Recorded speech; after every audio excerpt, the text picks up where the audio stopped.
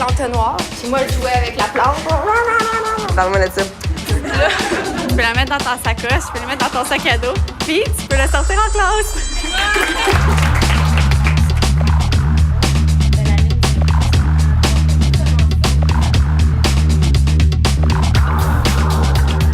Mes parents sont dans la business, donc je vais déjà m'avancer là-dedans. Avec ça, ça m'a juste permis d'approfondir mes connaissances puis de me partir en affaires. Les partenaires de l'agglomération de Longueuil avaient identifié un trou de service en lien avec l'entrepreneuriat, en sensibilisation, je dirais, de l'entrepreneuriat.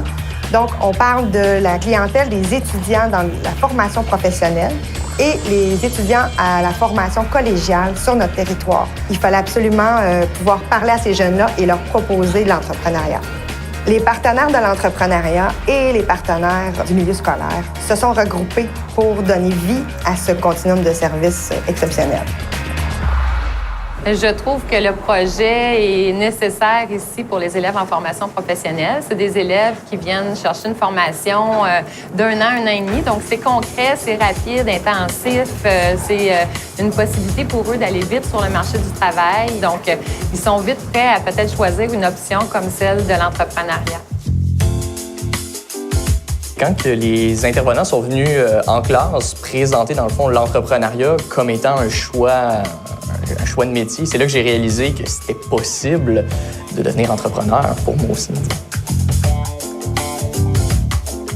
En fait, il y a 2 résultats que je vois dans mes cours. Premièrement, il y a ceux qui ne veulent pas démarrer leur entreprise, qui est aussi intéressant comme résultat. Puis il y a ceux qui, vraiment, je vois ça comme une graine là, qui va pousser, puis ils vont se découvrir des qualités entrepreneuriales à court, moyen, long terme, mais je suis convaincue que ça peut aider des gens à se rendre compte que l'entrepreneuriat, c'est une possibilité. Parce qu'il y en a beaucoup qui n'en ont jamais entendu parler. Il y en a combien d'entre vous à peu près qui voudraient se démarrer quelque chose? Au début de l'atelier, on sonde le terrain avec les étudiants. On leur demande s'ils se voient partir en affaires à court, à moyen ou à long terme. Par rapport à ça, on regarde aussi leur motivation et leurs freins à se partir en affaires. Justement, ceux qui n'ont pas levé la main, c'est pourquoi, qu'est-ce qui leur fait peur? C'est sûr, premièrement, il faut que tu aies le goût. Ça, c'est la première affaire. Si tu n'as pas le goût, c'est pas pour toi. Deuxièmement, ensuite, c'est de ne pas savoir où s'enligner sur la création d'une entreprise ou tout simplement, est-ce que ça te prend du matériel, est-ce que ça te prend de l'argent, est-ce que tu peux te verser un salaire. Toutes ces choses-là, c'est toutes des choses qui ne sont pas décrites dans un livre, c'est toutes des choses qui sont peut-être un frein à vouloir démarrer sa propre entreprise. La raison pourquoi il y a beaucoup de gens qui se lancent pas en affaires sont des spécialistes d'un des 5 volets de l'entreprise. Ils sont les spécialistes de la production, mais pas nécessairement les spécialistes du marketing, les spécialistes des ressources humaines, la gestion financière, la gestion d'une entreprise. Et c'est ça qui fait peur. Connaître juste un des secteurs puis se lancer dans quelque chose, il faut devenir un peu un généraliste. Ça prend une idée complètement nouvelle pour réussir. Qui pense que c'est... Tout le monde dit que c'est faux. On entend des fois que ça prend énormément d'argent, de mise de fonds pour se lancer en affaires. Ça dépend du type de projet, donc encore là, il faut regarder. Ça prend une famille d'entrepreneurs pour en devenir un. Ce n'est pas vrai non plus. Donc, c'est des choses comme ça qu'on regarde. Selon moi, la grande qualité de ce projet-là, oui, on en a parlé, on vient démystifier qu'est-ce que c'est l'entrepreneuriat, mais également, on vient valider les qualités entrepreneuriales et les compétences entrepreneuriales du jeune. Un des bons aspects de C'est moi le patron, c'est en fait le test psychométrique qui est offert aux étudiants. C'est un test qui est gratuit et qui permet de connaître les forces et faiblesses en tant qu'entrepreneur, mais aussi en tant qu'employé. Si vous cherchez un emploi, vous passez des entrevues, ça peut vous être utile de mieux vous connaître, en fait, pour être plus en mesure de connaître vos forces et faiblesses. Vous allez être plus d'attaque pendant l'entrevue, puis l'employeur va le sentir, ça. Il y a beaucoup de gens, Crève ou d'autres, qui pourraient travailler pour eux parce qu'ils ont une capacité entrepreneuriale, d'idées, de courage qui est phénoménal. Être entrepreneur, c'est stimulant à tous les niveaux. Tu t'endors pas, là.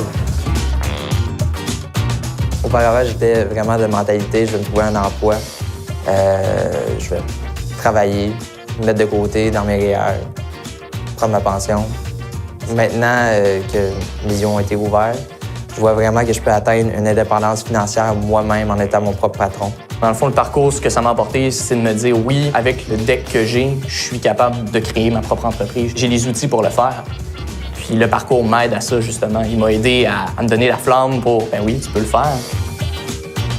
Il ne faut pas juste allumer une étincelle, mais aussi entretenir le feu afin d'assurer la relève entrepreneuriale dans la région. Puis ça sert à ça l'accompagnement qu'on fait auprès des gens, un accompagnement individualisé afin de développer les forces mais aussi leurs faiblesses. Puis ça montre que tu es une personne qui aime créer, qui aime innover.